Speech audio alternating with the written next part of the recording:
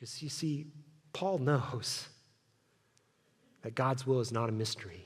It doesn't matter where he's at, he can do God's will for his life. People keep asking, what is God's will for my life? This past, no, not this week, I don't know, a week or two ago, I got to listen to this guy. And as I was building this thing, I went, oh, that's it. You know that Jesus has already answered this question? He's already answered it. Matthew 5:13 through 16. Let me tell you why you are here. This is Jesus speaking. Isn't that nice? It's like, Jesus, why am I here? Matthew 5:13. Let me tell you why you are here. You're here to be the salt seasoning that brings out the God flavors of this earth. If you lose your saltiness, how will people taste godliness? You've lost your usefulness and will end up in the garbage. Here's another way to put it, just in case the salt metaphor didn't quite resonate with you. You're here to be light, bringing out the God colors in the world. God is not a secret to be kept. We're going public with this, as public as a city on a hill. If I make you light bearers, you don't think I'm going to hide you under a bucket, do you? I'm putting you on a light stand. Now that I've put you there on a hilltop, on a light stand, shine. Keep open house. Be generous with your lives by opening up to others. You'll prompt people to open up with God, this generous Father in heaven. Salt and light. Salt and light. And Paul knows this. And he's looking for situations that are happening wherever he might be to go, how can I be salt and light? How can I bring out the God flavors of this world? How can I bring out the God colors of this world? Because there is darkness. There is places that have no salt. People who are missing it, stuff that is going on that needs to change. Not, okay, God. Oh, salt and light. He steps into someone else's mess. He takes personal responsibility, and he seeks restoration, not just resolution.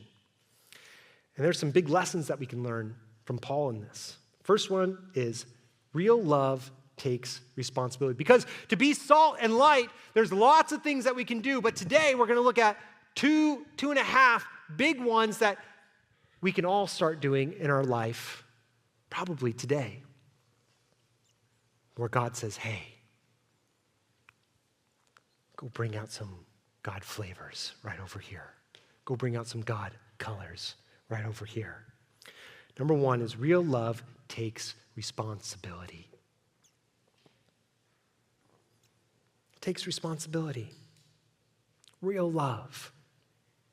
Real salt. Real light. Real love. Paul offers to personally take on Onesimus' debt.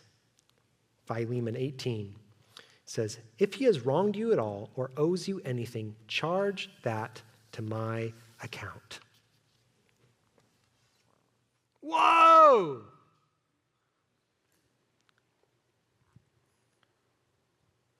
This is Paul stepping into a mess. Why? Because he knows that Jesus stepped into his mess. And he probably remembers a story that he heard after the fact that Jesus told about this Jewish guy who was going in between these two cities. He was traveling, and he ends up getting robbed, beaten, and left for dead on the side of the road. And on that road, some of that man's own people come by, doctors, religious leaders. They see him there. And what do? They walk to the other side of the road and they go, I'm not stepping into that mess. That's too messy. No, thank you. But then a Samaritan comes along, picks the guy up, puts him on his donkey, takes him into town, pays for his housing, medical bills, all this stuff. He leaves 2 gold coins with the innkeeper, right? He said, hey, if there's any other bills, pay it with this. And then what does he say? And if there's anything else, put that on my account. Stepped into the mess. Said, I'm going to take personal responsibility for this guy. Love steps into the mess and pays the cost. Jesus took our debt at the cross, stepped into our mess. We go, oh, it's messy. Yeah. Yes. How many of you know that meat that's already been salted doesn't need any more salt? How many of you know that if the light is on in the room, you don't need to go and turn on a lamp?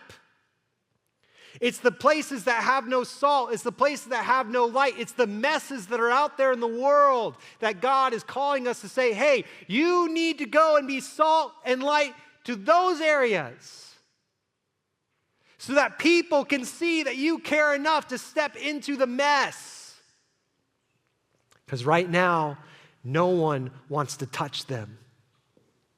And they're drowning and they're wondering, is there any hope?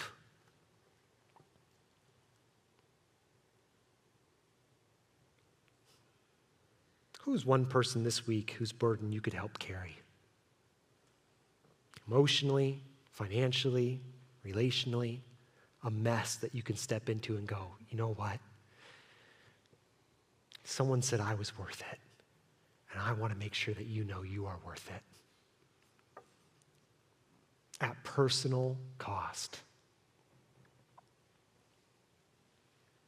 Number 2, gospel love seeks restoration, not just resolution. You see, a resolution is just an ending to a conflict. We can agree to disagree. You go your way, I'll go my way. But restoration is healing and rebuilding of the relationship. Remember, God's will is relational between us and God, us and each other. It's relational. Restoration. Paul wanted Onesimus welcomed as family. Talked to him. Helped him become a fully devoted follower of Christ. And guess what? He goes, this guy is different. Philemon, you got to understand. It's not just about forgiveness. I want you to welcome him as a brother. What? As family. Jesus didn't just forgive us, which is so nice. Could you, okay, God, went to the cross, I'm back, rose from the dead, they're forgiven. Now let's have nothing to do with them. Jesus said, hey, I'm here to restore the thing that was broken. And now, they are my brothers and sisters. And not just that, but do you guys know that when we become part of the family with Jesus, we also become co-heirs with him in his glory? He's saying, you guys are part of this thing. Even though you're the ones who put me there, I'm bringing you out of that stuff and making you co-heirs. Restoration to how things were supposed to be, not just resolution